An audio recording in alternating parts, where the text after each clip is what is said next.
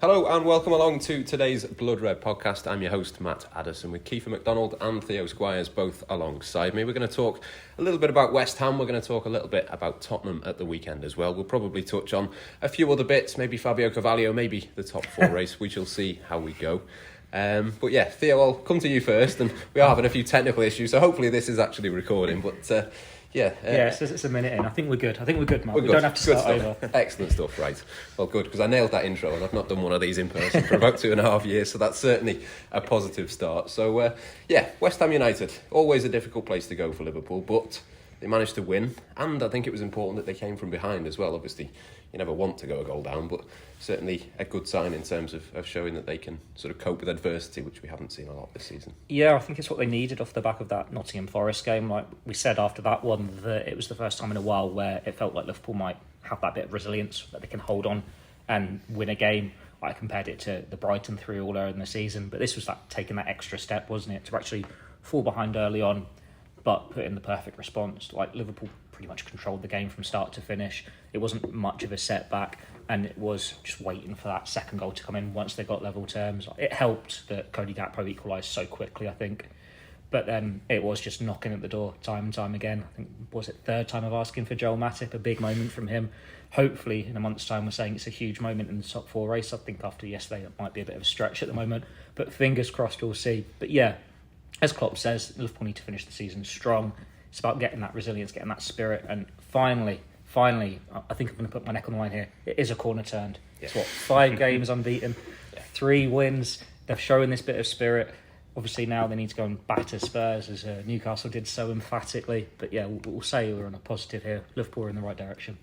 Yeah, I think I'm in agreement. I don't know about you, Keifer, but it does feel like a corner has been turned now. The fact that they've gone on a bit of a run, they've won a couple of games away from home, they've started to score goals, and even when they've gone a goal behind, it didn't just collapse like we've seen so many times this season. They could have easily just felt a bit sorry for themselves and, it's happened again, but they didn't. They turned it around. Yeah, absolutely. And, West Ham aren't having the greatest of seasons by, obviously, their recent standards, but they're obviously no mugs. They've obviously done well in Europe this season, obviously in the semi-finals for a second consecutive year. And I think, obviously, given the way the game went last year, was it November 2021 when Liverpool lost there? It was their first loss of the season. It was quite a physical game, wasn't it? And Liverpool kind of just got bullied that game, and Antonio caused them a lot of problems. And Darwin did as well, didn't they? Yeah. That was the one where they scored almost direct from a corner. And went yeah, down and Addison kind of got bullied. Yeah, and I think going into this game, obviously they're still fighting for Premier League survival, but I think everyone was a bit apprehensive. And the one thing I will say about the last 5 games, that obviously they're unbeaten now, is they've kind of ticked every box. Obviously they've implemented this new system, but they've also won in every different kind of way, or kind of stayed unbeaten in every type of way. Obviously they got the emphatic win at Leeds, which obviously kind of reaffirmed that attacking quality is still there. And obviously they've kind of shown the resilience against Forest, and then now against West Ham, and then they had the kind of the late rally against Arsenal in the second half. And obviously the Chelsea game was kind of a game that I think everyone forgets during this run, but that was just a weird game altogether of 2 clubs having pretty poor seasons by their own standards. But as I say, it's if you kind of piece them all together and look at the bigger picture, I think it is fair to say it is a corner turn now, because not only are they doing something different in terms of tactics, and they've ticked all those boxes, and it looks like the Liverpool of old in terms of resilience and not fearing when they go a goal behind, because I think so many times this season, especially on the road, when that first goal has gone in, I think of the games against Brighton and Wolves with both 3-0s in early 2023, and as soon as the first goal went in, you just knew Liverpool were never going to take anything from the game, and that didn't seem to be the case on Wednesday night, whenever it was. And as Theo says, obviously it helped that Gakpo scored so early, but just to kind of, even when the Bowen goal was disallowed midway through the second half, they went again. And it was just a really pleasing sign. And as Theo says, hopefully in a month's time, we're saying what a huge 3 points that was on the road for Liverpool in terms of the top 4 aspirations. But even if it's not, I think you can say now that there is plenty of stuff to look forward to ahead of next season, and there is plenty of promise. If you think of where we were six weeks ago, really, it's turned around quite quickly. Yeah, it does sort of feel like there's a bit more control within Liverpool's play, and certainly, against a team like West Ham that can counter-attack, as will come up against at the weekend in terms of Spurs. Jurgen Klopp was talking about that. It feels like Liverpool can sort of control and dominate games a bit more, where you think the Wolves game and so many others this season, it's just been all over the shop. It certainly helps defensively if you can just keep the ball for a bit. Yeah, they certainly look a bit more confident on the ball, and that helps when you've got Trent in that inverted fullback role because he looks so comfortable on the ball. And if you know, you can just give it to Trent and he's not going to lose it, that makes you relax a bit more. It means Fabinho doesn't have to cover as much ground. I think I wouldn't have been the only one that when that team sheet comes out, you're a little bit concerned about Joel Matip's role in that formation because he doesn't have the pace of a Canate or a Joe Gomez. But he covered himself pretty well considering he was really good carrying it forward. Maybe a little bit of a struggle when West Ham were countering. Man of the match, wasn't he? But he was still man of the match, and it's how West Ham got their goal, wasn't it? Paqueta cuts in. That was a brilliant goal, so well worked. I know Klopp was fuming that they weren't closing it down, but it's that wake-up call. The only thing you want to see now is Liverpool get a clean sheet. Like, they are conceding some silly goals still. Like, as good as West Ham goal was from West Ham's point of view, you still want to see Liverpool pressing and countering it a bit more, stopping them having that shooting opportunity. Like we've seen, Leeds gifted a goal, Forest were gifted goals, Arsenal were gifted goals. They need to take that step now, and Tottenham, that's a great chance to do it. We've seen Liverpool against the big teams. That's when they're putting their better performances, shall we say, many times this season. Some haven't been the case, but some they have. You'd like to think they can do that against Tottenham. Like, Klopp was very... he praised them a lot, Spurs, for their counter-attacking. He says he's preparing for their best side, not the side that lost 6-1 to Newcastle, the side that came back and should have potentially won against Manchester United last night. So if Spurs are the best version of themselves, let's hope Liverpool are the best version of themselves as well, and it is going to be this other step. But yeah, when we know Liverpool at their best, pressing high, keeping the ball, looking so confident, looking so cool, no match for anyone. Yeah, I think it was interesting that Jurgen Klopp made clear that Ibrahima Konate could have played against West Ham. Obviously didn't take any risks with him, but you'd imagine that he probably comes back in. But the Matip situation is interesting. There have been a few suggestions that maybe he could move on in the summer, suggestions that Liverpool might be interested in a centre-back. I mean, where are you sort of at with that? He's only got a year left on his contract. It is an interesting one, I think, heading into the summer. I'd sell him personally. Like, I think Liverpool are in a situation where they need to sell some players to raise funds. Like, we're not going to be in a position where they go and sell someone for 140 million and they go, we can get Jude Bellingham now. That's not going to happen. But they still need to move some players on so they're not stuck in transition for a bit longer. It's an ageing squad. Too many players have been going for free transfers in recent years. And we think Joel Matip, I know he's third place in the pecking order and centre-back, but for me, he should be fourth choice now. Like, his body lets him down so many times. And while he had the season of his life last year, this year he's been pretty poor. That doesn't help when he hasn't had a run of games because he's had injuries again. But he's been making silly mistakes. He's looked fragile at times, which is what made West Ham's performance so much of a change because he came in out with the cold, having not played for weeks, months, or however long it is. 2 months into his league start. Yeah, anyway. So he goes and does that, and he puts in a really good performance, and it's not something we've seen from him much this season. But he is wrong side of 30. Out of contract in a year, he's not going to start if Konate's fitting on form, if Van Dijk's fitting on form. Feels like the right time for him to move on, have a go somewhere else. And if it's the right centre-backs available, Liverpool snap him up. Then you've got an understudy for Van Dijk. The only question is if there is someone they want who's available, who's not going to cost too much, and it all comes into place. Like, we've seen it time and time again. The right player's not available.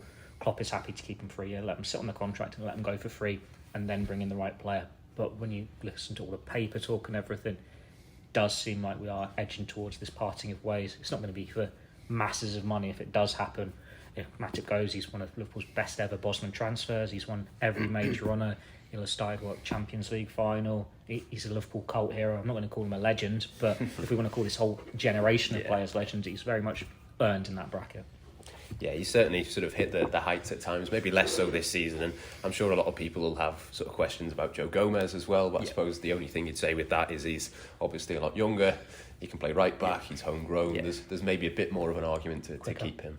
Yeah, absolutely, and I think you look at the kind of way Liverpool are transitioning now with this Trent Alexander-Arnold role. I think the one kind of standout that Matip had over Gomez in recent years was his kind of coolness on the ball, and his how many times we've seen those kind of mazy runs where he's unlocks defences and pops it off to Salah, and I think now with obviously Trent taking a kind of more control of that situation and maybe the centre-backs taking a more reserved role, and certainly as Theo says, you look at someone of Konate's kind of ilk and he kind of has all the attributes that you would need to kind of cover that right centre-half space and the full-back space. So whilst Matip was great on Wednesday against West Ham, you think going forward there's going to be more emphasis less emphasis on ball playing centre halves and more kind of giving it into Trent and those kind of players. So maybe it is the right time for kind of Liverpool and Matip to kind of shake hands, and maybe he wants to kind of go elsewhere, like we've seen with a few of them, of this kind of group. Firmino, we imagine, will probably go to a decent European side and get like kind of one last bumper contract. Obviously, we saw the same with Sadio Mane last year. Whilst I don't think Matip will probably go for a similar fee, it is probably a chance to get a bit more security in terms of a contract on his kind of end, and maybe get a better kind of deal as he heads into kind of his, what is he now, 31 is he, I think, so heads into kind of his 30s. And Gomez is a weird one, isn't he, because he's had so much promise, and probably another one who's had so many false dawns in recent times. We saw back in October the game against Manchester City where he was absolutely brilliant and kind of helped keep Erling Haaland at bay. And then I think a week later or 2 weeks later was the Leeds game, and he kind of had that muck up for the goal with Addison, didn't he? And it just kind of feels like he's never been one to kind of get consistency since Liverpool did win the league. And obviously I know injuries, he had that knee injury for 12 months or whatever it was, and I just think now he's probably, well, he is going to be third choice, and there's a chance if a decent centre half comes in next year, he probably finds himself as fourth choice again. But I think the fact that he can play fullback as well is something that really does kind of boost his kind of value to Klopp and the rest of the Liverpool squad. So as you say, he's homegrown, and that's, as Theo will know, as the homegrown the quota guy, that could potentially be an issue for Liverpool. It could certainly be an expensive fix to find solutions for. So it would be silly to kind of palm him off. You're not going to get a great deal of money if you were to let Joe Gomez go. Obviously signed a new long-term contract into the back end of last year or last summer even. So I think it obviously makes sense that Matip will be the kind of one to part this summer. But as Theo says, this whole team of this over the last 3 or 4 or 5 years, this Liverpool squad, they're all legends in their own right. So it's certainly no shame to kind of see this as the end of his Liverpool career, because considering he came for a free transfer 5, 6, 7 years ago, it's been he's been one of the, as you say, one of the best Bosnian transfers probably in modern European football, really. I think you've been a bit harsh on Joe Gomez there. I think he's got a part to play in this future. No, I do like him. I think I've been a massive advocate of him. I think he's really good, but I think the big thing with Gomez is that he always needs a run of games, and I know you can say that about a lot of players. And you look at Curtis Jones now over the last 5 games, and what's that done for him. Paper there. But I think I just think as someone who now is third choice and potentially could be fourth choice, whilst Liverpool always play 50, 60 games a season, as he's still going to rack up, I just think he'll probably struggle now to reach those heights that we saw in before he got the injury at Burnley in 2018 was that, and obviously he came back the season after, didn't he, and did well in the title winning season. But I just think that kind of partnership of Van Dijk and Gomez, of how good it was, and it was so esteemed, wasn't it? I just think we'd struggle to kind of see that ever be replicated now, and obviously that's because Konate's been so good. I don't think people expected him to be as good as he has so soon, and his kind of front-footed aggressiveness to defending, and talk about winning the ball fast and high up in areas, he's really good. And as Van Dijk kind of sweeps, they kind of complement each other so well, like Van Dijk and Gomez did all those years ago. But I would just find it hard to see anyone displacing Konate in the immediate future. I think that's how it all unfolds though in the years ahead, doesn't it? Because Van Dijk's not getting any younger either. He himself has said Gomez and Konate will be the long-term centre-back partnership as his replacements. Now I know many people have their doubts about that. You'd imagine if Liverpool go and get in a quality centre-back, them and Konate are the long-term future. But we've seen how quickly it can change. Yeah. Like you've just said that with Curtis Jones. If Joe Gomez gets a run of games, maybe he can turn the corner, and it depends what he wants to do. Yeah. Like he signed this contract when there were links with Aston Villa, Newcastle United, and there was even one with Real Madrid at one point. So Arsenal as well. Arsenal as well. So he's got so many admirers. He's a very good centre back, and I think he's been overlooked somewhat in modern football because you think, he's quite small, he's quite slight for a centre back, but that's because the ones Liverpool have also got are like 6'4", 6'5". They're machines, they're monsters that like towering over everyone. Whereas a few years ago, 6'2", whatever Gomez is, that's perfectly fine for a centre-back. He's got that bit of pace, but he's still got the attributes to fit into this team. Like the fact that Liverpool now doing this new setup, if it's 3 centre-backs, or Robertson is hybrid on the other side as a centre-back, can go forward. Joe Gomez could be in that role as well. That's what I mean. That plays from that he can go anywhere across that defence. So there is a role there. It just sees what Klopp thinks from the team going forward. Like, is this hybrid invention? Is this only because the midfield doesn't have the legs at the moment. It gets Trent on the ball more. Fabinho can't cover as much ground. He gets a bit more protection. Is this what they're sticking with next year? Or are they going to vary it up game to game depending on opponents? Or is it back to tried and trusted 4-3-3? We've got a lovely new number 6. Fabinho's substitute. Stefan Bajcetic is back in. He's available. Trent's in the form of his life again. And we don't need it. Yeah. But it depends. Like the fact they've got these options, they have got these discussions said, means you can just weigh up each situation and then make your decision. Because players will get injured. Konate's hardly been free from injury this year. Like the fact they had to be so careful with him in midweek shows that again. It's up to Joe Gomez. If he runs out of patience, he wants to go and play, he goes with your blessing. But at the moment, if he's happy in his role, keep him. And as we keep saying, it's not just homegrown, it's the fact that he's club trained. Yeah. Like Liverpool have only got 3 players at the moment, Trent, Kelleher and Gomez, who are club trained for European qualification for their squad rules. Jones will make it a 4th in the summer, but then you expect Kelleher to go. Yeah. Maybe Liverpool finish 8th. Don't need to worry about this for another year. But it's still something that is there to be considered. You do need it. Like if you lose them and you don't have the players coming through to replace that, you have to sign, I don't know, a Connor Cody, Raheem Sterling, these players. It's not going to happen, is it? Yeah, and I suppose the good thing about that is because he's tied down to a contract. Excuse me, because he's tied down to a contract, it's on Liverpool's terms. If he is to lose, it would take. It's kind of similar to Jota in that sense of he's someone who's obviously clearly not for sale. But if a mammoth offer did come in, you would be happy to maybe let him go, but. With him signing that new deal last summer, obviously he's the one that's going to stay, and Matip is the one I think we all can agree is probably going to go this summer, isn't he?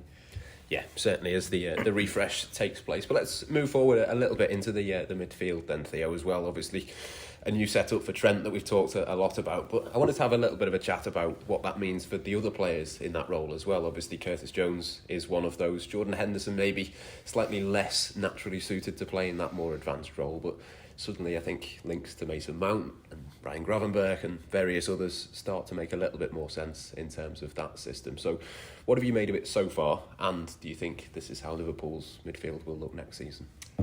It's hard to say. Like I've just said in that previous answer, it depends entirely on which midfielders they can bring in, who's available. But then the fact that we can't predict it when we're watching Liverpool week in, week out, we know the players they've got at the moment, we know the strengths they've got, it means it's going to be harder for those opposing teams as well. I think we're all in agreement. Fabinho, on this current form, even though he's improved, is not going to be first choice for Liverpool if they can go and improve and get a decent starting 6 midfielder. But then it just depends who's available. Like I'm sure we could go, I want these 3 midfielders, you want these 3 midfielders, you want these 3 midfielders, and we'd all say 3 different names, or at least 2 of those 3 are going to be different. Like you can make arguments for all of these players. It just depends who they can bring in and then what they want to do, what they comfortable with, what they favour. Like Mason Mount, that does make more sense. You could see him being on the right in this box, what are we calling it, 3-2-2-3 box, invert fullback, all these various names for this mad formation that isn't actually that mad. People keep saying, interesting, that he could play on the left, on the right, but I think he could play from the left. I can see that's him why he played on the 2 foot, didn't he, on that kind of half space that left. Kind of Curtis Jones kind of attacking, but coming in from that left. I can really. But then you could also see him being completely reinvented as a deeper number 8, as Gini Wijnaldum was when he came in the 4-3-3. But that's what Jurgen Klopp likes, isn't he? He wants these versatile players, the ones that can go, you can play 6, you can play 8, you can play 10, to get ahead with our next point will be Fabio Carvalho. When he signed him, he said, he can play as an 8, he can play as a winger, he can play as a 10, he can play as a false 9. They want these versatile players so they can vary it up. And we've seen that with Wijnaldum when he was at the club, where he played pretty much everywhere in midfield. He had a game at false 9, he had a game at centre back. He was on left winger for some games as well. It makes the manager's job a hell of a lot easier. They can tweak it depending on injuries and all of these things. But it's a very hard question to answer still before we know which midfielders are coming in. Like from the Liverpool point of view, you say Mason Mount is the first choice now. He is the priority, pulled out of the Jude Bellingham race. But then we've all seen the reports this week saying Chelsea have had, or the top Bowley's had talks with him, and they may be feeling a little bit more confident that a compromise can be met in the summer. It's just so up in the air. And then we go through midfielders. Attacking ones, you've got McAllister there, he's a great player. But then if you get Caicedo from Brighton instead, maybe you don't need the box formation because you've got a proper number 6 there. Just need to wait for the summer and see which midfielders they sign. Then we can have that conversation again, and maybe it will fit more to what formation is Liverpool's strongest. But it's better to have this conversation now and say it's not a midfield crisis anymore, because they have created this alternative than where the situation we were in January, February time when they were losing to Wolves, Brighton, all that 3-0 every week. Yeah, it's certainly nice just to be able to see a bit of a template, isn't it, in terms of where all these players fit in. And Theo mentions Fabio Carvalho. He's one that I would look at and think could be a potential winner. I think he's only played, 5 Premier League minutes since the first game with Nottingham Forest, something like that anyway. What do you reckon for him in the summer? There's been lots of speculation that he could leave, and that kind of makes sense, but I'd probably want it to be a loan rather than a permanent. Yeah, I think, any talk of... I mean, you think, first of all, how hard Liverpool pushed to get him initially in the January transfer window last year. And obviously, I think in the end, the deal was done too late, and there was kind of no deal sheet in the champion or whatever it kind of was, and they couldn't get it over the line. And then obviously the fact they went back in, and even, as he kind of lit up the championship with Fulham going for the title, there was talks of teams like Dortmund and all those kind of teams being interested in him. So Porto as well, weren't there? Yeah, so the fact that Liverpool obviously sold him, what would have been a long-term vision. And I know people have kind of asked that, has there been any problems behind the scenes and stuff, but I think for starters, I didn't expect him to play as little as he has done, but I also didn't expect him to play, as much as Harvey Elliott has done or something like that. So I think there is a middle ground between the two. I think part of it as well is that, Liverpool have had a massive identity crisis this year. So it's as someone who is, still kind of cutting out a career for himself in a certain position. Obviously played a lot off the left for Fulham last year. Where do you throw him in? You look who he's up against in terms of off the left-hand side. It would be obviously Núñez, obviously Diaz before his injury, Jota at times. So, he is up against, proven European players, and, he's 20, 21 is he kind of thing. So, he's still got plenty of time ahead. But I think, as we touched on earlier, I think Curtis Jones is the shining example at the moment of how quickly things can change. And obviously I know maybe it's slightly different with Curtis Jones because he's had the injuries and he has been really unlucky with injuries in the fact of obviously his training schedule has changed and all that kind of thing. So he hasn't obviously been seen as much as he would have liked this year, but he's kind of come to the fore in recent games, and kind of now you'd expect him to start against Spurs on Sunday. The only thing that you would say is fitness permitting, if his plan allows him to. But I think a loan would maybe, I think would potentially be the best solution for all parties next year, because I do worry if Liverpool finish in the Europa League, yes, you can make a good case that you'd be playing once a week and a couple of times a month in the cups and maybe in the Premier League, from September to the end of the year. But I just worry if kind of push comes to shove and Liverpool, if they are in a top 4 sprint next season or a title sprint and when it gets to that business end of the season. I mean, we saw it with, again, Harvey Elliott and Curtis Jones last year. I think, they played at Southampton, didn't they, on the final away game of the season, but they'd hardly played before that. I think Elliott hadn't played since the League Cup final, maybe, or so around that time. So, and we saw it with Keller as well. Is that I know it's different with the goalkeeper, but when push comes to shove, Klopp has his first choice 11, 12, 13 players, and it kind of, it's kind of unforgiving when you're up against Manchester City trying to get fight every tooth and nail kind of thing. So I think if they could get a suitable loan in the Prem, that would maybe be quite good. You maybe look at Fulham, return there would in hindsight, Fulham this year would have been perfect for him. Sounds like you read my piece the other week. I mean, obviously it depends what their aspirations are, but obviously he was very highly thought of there, wasn't he? So that's somewhere where he knows the kind of surroundings. He obviously knows the coach, knows the players, and that would, it wouldn't be a loan where he has to adapt.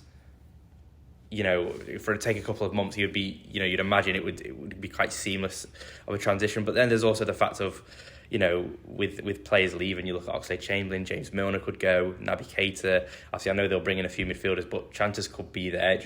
I think it's quite hard to tell at the moment, because if Liverpool are in the Champions League, it's a completely different kettle of fish. If Liverpool are in the Conference League, it's completely different. If Liverpool are in the Europa League, it's completely different. So there's so many scenarios, you think, as well. If you're in the lower the European competitions, you get an extra League Cup game. So there's all these kind of different equations and tallies up that needs to obviously be finalised over the next 6 weeks. But he has showed glimpses from kind of what has been there. Obviously, he scored the winner against Newcastle is obviously the highlight, isn't it? But he scored against Bournemouth. He was kind of thrown into the derby, wasn't he, for the first half? I think did he get pulled at half time in that one? I think. Even at I think they do Elliott and Carvalho the same day. I think, didn't they, in that one? Half time. Yeah, so I think they both came on in midfield or something. So they both started that one, which is obviously a brave call from Jurgen Klopp.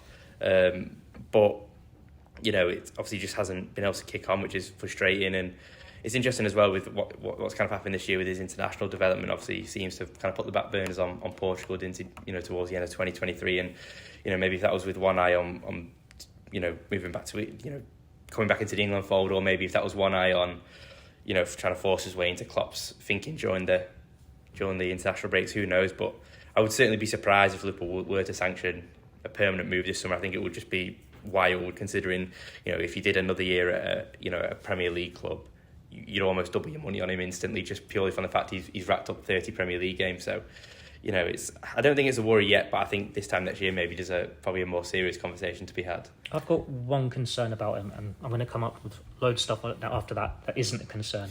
But what is he? Because he's not a winger, is he? He doesn't look quick enough to be a winger. Doesn't look physical enough to be a striker, and he doesn't look physical enough to be a number 8. He looks like a number 10, and Liverpool don't play with a number 10. Maybe he could do it in this new box formation as that number 10 wide, like we've seen Henderson and Jones do. But at the same time, it's very short term that we're panicking about Fabio Carvalho. Like, he was signed on a long-term contract. He wasn't meant to come in and have an immediate impact this year. Yes, he's a bit older than Elliott, a bit younger than Jones, but you're expecting a bit more from him based on his age. But last year was his first full season of professional football. He's a bit behind on his progress in that terms. And it just takes time. Like, Liverpool had him as a long-term project. Like, we can say in hindsight, you should have loaned him to Fulham or wherever. I believe that personally in hindsight. But at the same time, you can see why they didn't. Like, come in, have 6 months a year, you get him to play under Jurgen Klopp, you get him to play with Thiago and all these world-class players. You're learning from them, you're learning the job, you're learning the demands. Then you go out on loan. Yeah. Then you go and do what Elliott did at Blackburn. Then you've got that experience, you can come back and you can have a real go of it in this Liverpool first team. Like, Carvalho is basically signed partly because he's homegrown. He's a talented player, but he's homegrown, so he bolstered us those. But because of his time with Fulham, he's already ticked that box. So he doesn't need to be at Liverpool any longer to tick that box. And he's too old to be on list B or whatever. He's not been at the club long enough to be at list B. Then he'll be too old to be on list B. And he won't ever be club trained. He won't ever be association trained. So they can essentially loan him out. It doesn't matter for them. Then he comes back. He's of age. He can properly make a claim for being in the squad, ticking all those quotas.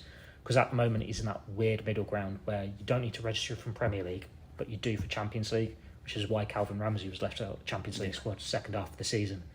But you don't need to panic about Carvalho just yet. Like, let him have a pre-season, or if they're definitely going to loan him out, do what they did with, I think, Conor Bradley, when you just let him go early in the summer, and then he can have the full campaign with the club.